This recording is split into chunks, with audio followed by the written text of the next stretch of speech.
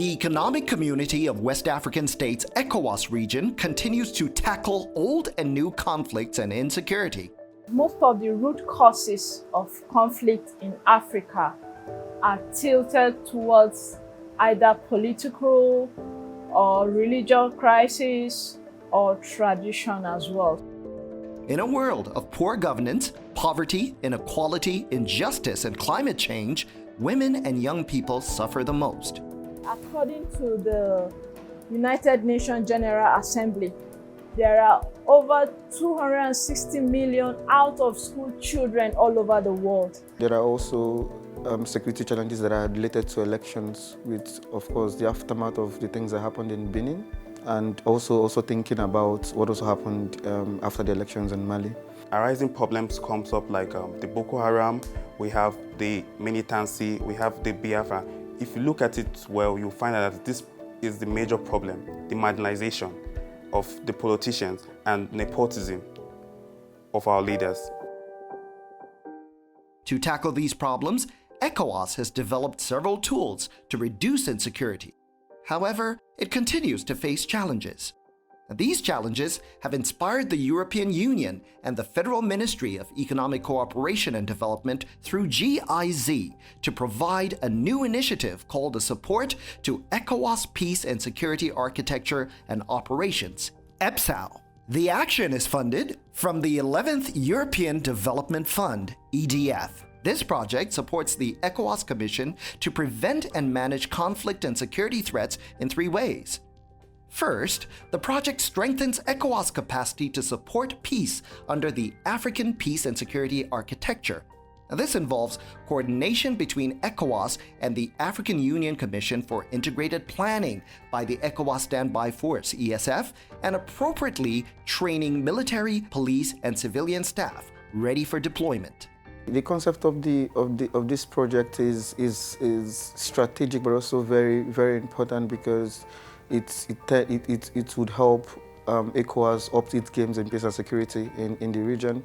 But also I see it as a project that would mainstream young people into the peace and security architectures that exist, not just within the region, but also in Africa. The project also reinforces the capacities of ECOWAS in the areas of early warning, preventive diplomacy, and mediation through the implementation of the ECOWAS Conflict Prevention Framework, ECPF. This project will strengthen civil society-led early warning and national peace infrastructures in selected member states. It started very well with trying to bring young people into coalitions in their countries, starting first with Nigeria and then later Côte d'Ivoire, and using these coalitions to get them to chart their own course as to how they want to be mainstreamed and how they want to begin to take up the leadership spaces that are available for them within the peace and security architectures that exist. Finally, the project supports ECOWAS in the implementation of the 2016 ECOWAS Security Sector Reform and Governance Framework. When a head of state requests support in security sector reform and governance, the EPSAO is available to provide capacity building for civilian oversight bodies, sensitization of security institutions, and sustained dialogue.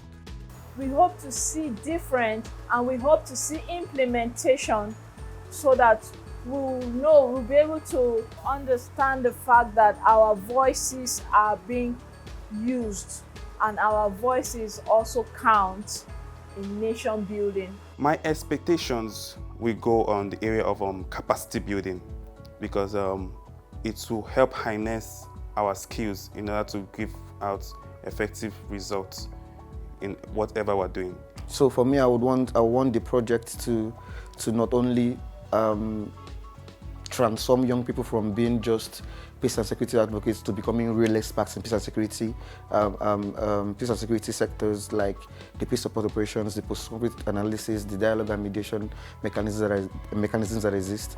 I want to see the project transform people, young people, from being just normal passive participants in this process to becoming leaders in these processes.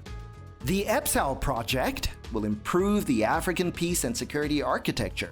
It will also train and strengthen cooperation and improve readiness of ECOWAS in deploying and managing peace support operations.